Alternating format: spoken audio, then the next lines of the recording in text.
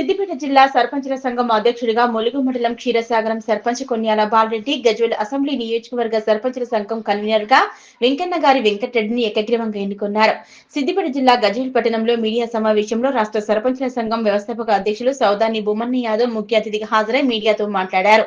సర్పంచుల సమస్యల పరిష్కారానికి విధులు, నిధులు, సంరక్షణ కోసం రాజకీయాలకు, రాజకీయ పార్టీలకు అతీతంగా ఈ సంఘం సర్పంచుల సంక్షేమానికి పనిచేస్తుందన్నారు. 1995 నుంచి ఉమ్మడి రాష్ట్రం నుంచి నేటి వరకు సంఘం అనేక సమస్యల పట్ల స్పందించిందన్నారు. జిల్లా సర్పంచుల సంఘం అధ్యక్షులుగా ఏకగ్రీవంగా ఎన్నికైన బాలరెడ్డి జిల్లాలో సర్పంచుల సంక్షేమానికి రాష్ట్ర సంఘం ఆదేశాల మేరకు క్రమశిక్షణతో పనిచేయాలన్నారు. నూతనంగా జిల్లా అధ్యక్షులుగా ఎన్నికైన బాలరెడ్డి మాట్లాడుతూ, నాపై విశ్వాసంతో అధ్యక్ష బాధ్యతలను అప్పగించిన జిల్లా సర్పంచులకు, రాష్ట్ర సంఘం నాయకులకు కృతజ్ఞతలు తెలుపుతూ నా సాయశక్తుల సర్పంచుల సమస్యల పరిష్కారానికి కృషి చేస్తానన్నారు. జిల్లాలోని సర్పంచుల సౌకర్యార్థం జిల్లా కేంద్రంలో సర్పంచుల సంఘం కార్యాలయం ఏర్పాటు చేస్తానని హామీ ఇచ్చారు. ఈ కార్యక్రమంలో మండల సర్పంచుల ఫోరం అధ్యక్షులు Ashok Reddy, market committee vice chairman Sardar Khan, Congress నాయకులు నయని యాదగిరి, గుంటుకు శ్రీనివాస్, నక్కారాములు, కాంగ్రెస్ నాయకులు పాల్గొన్నారు. అలాగే గజ్వేల్ నియోజకవర్గంలో సర్పంచులకి ఫోరం అధ్యక్షులు ఎన్నుకోవడం జరిగింది.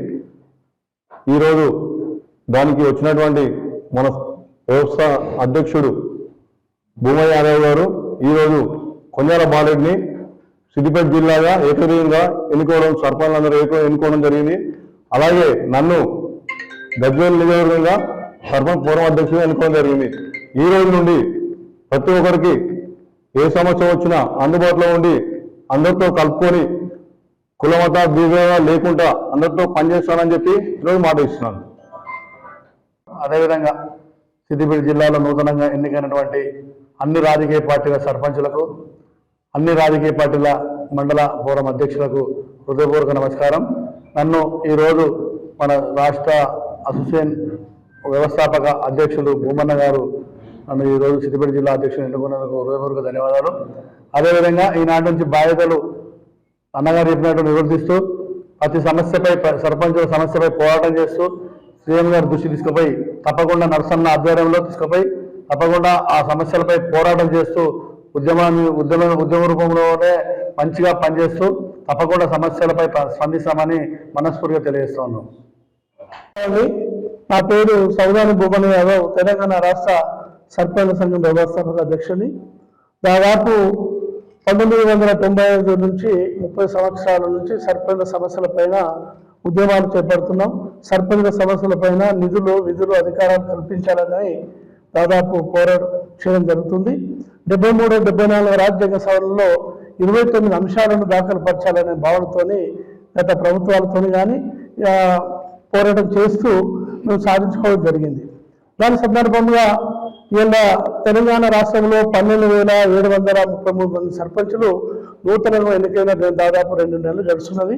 ఈ సందర్భంగా సర్పంచులందరూ చైతన్యవంతులు చేయడానికి, సర్పంచుల సమస్యల కొరకు ఏ సమస్య వచ్చినా ఒక జిల్లా అధ్యక్షులు ఉండాలనే భావనతో ఈరోజు వారిని మన కాన్వాయ్ బాలరెడ్డి గారిని, కొన్యాల బాలరెడ్డి గారిని సిద్దిపేట జిల్లా అధ్యక్షులుగా తెలంగాణ సిద్దిపేట సర్పంచుల ఆధ్వర్యంలో ఏకగ్రీవంగా ఎన్నుకోవడం జరిగింది. కులాలకు అతీతంగా సర్పంచుల ఏకగ్రీవంగా వారిని అధ్యక్షులుగా నియమించడం జరిగింది.